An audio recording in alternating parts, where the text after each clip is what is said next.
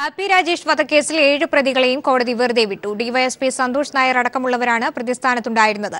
Thiruvananthapuram CBI പ്രത്യേക കോടതിയുടേതാണ് വിധി. കൂടുതൽ വിവരങ്ങളുമായി ഇപ്പോൾ സുനിൽ അരുമാനൂർ ചേരുന്നുണ്ട്. സുനിൽ, വിവരങ്ങൾ. ഹാപ്പി രാജേഷ് വധക്കേസിലെ മുഴുവൻ പ്രതികളെയും, അതായത് 7 പ്രതികളാണ് കേസിൽ സിബിഐ സമർപ്പിച്ച കുറ്റപത്രത്തിലുണ്ടായിരുന്നത്. ഈ 7 പ്രതികളെയും വെറുതെ വിട്ടുകൊണ്ടുള്ള ഉത്തരവാണ് തിരുവനന്തപുരം സിബിഐ കോടതി പുറപ്പെടുവിച്ചത്.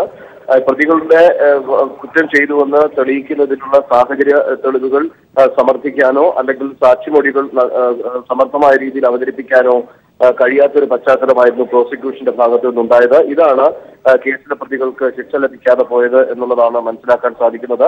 ഇത് കോടതി ചൂണ്ടിക്കാട്ടുകയും ചെയ്തു. കാരണം പ്രോസിക്യൂഷൻ ഈ പ്രതികൾക്ക് നേരെ ചുമത്തപ്പെട്ട കുറ്റം തെളിയിക്കാൻ പ്രോസിക്യൂഷന് കഴിഞ്ഞിട്ടില്ല എന്നാണ് ജഡ്ജി പറഞ്ഞത്. ഇതിന്റെ അടിസ്ഥാനത്തിലാണ് 7 പ്രതികളെ, ഡിവൈഎസ്പി സന്തോഷ് കുമാർ ഉൾപ്പെടെയുള്ള 7 പ്രതികളെയാണ് കേസിൽ വെറുതെ വിട്ടിരിക്കുന്നത്. 2011 ഏപ്രിൽ 27-നാണ് ഹാപ്പി രാജേഷ് കൊല്ലപ്പെട്ടത്.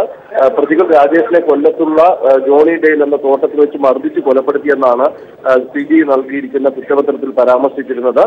ഈ ഒരു ഹാപ്പി രാജേഷ് എന്ന് പറയുന്നത് മാതൃഭൂമി ലേഖകൻ ബി ഉണ്ണിത്താൻ വധശ്രമക്കേസിലെ പ്രതി കൂടിയായിരുന്നു ഹാപ്പി രാജേഷ്. പ്രോസിക്യൂഷന്റെ ഭാഗത്തു നിന്നുള്ള തെളിവുകൾ കൃത്യതയോടുകൂടി അവതരിപ്പിക്കാൻ പറ്റാത്തത് ഈ ഒരു കേസിന്റെ ശിക്ഷ ലഭിക്കാതെ പോയി എന്നുള്ളത് തന്നെയാണ് ഇതിനകത്ത് പ്രോസിക്യൂഷൻ അഭിഭാഷകൻ തന്നെ പിന്നീട് പറയുന്നത്. ഹാപ്പി രാജേഷ് വധക്കേസിൽ 7 പ്രതികളെയും കോടതി വെറുതെ വിട്ടു. സുനിൽ അരുമാനൂരാണ് വിവരങ്ങൾ നൽകിയത്.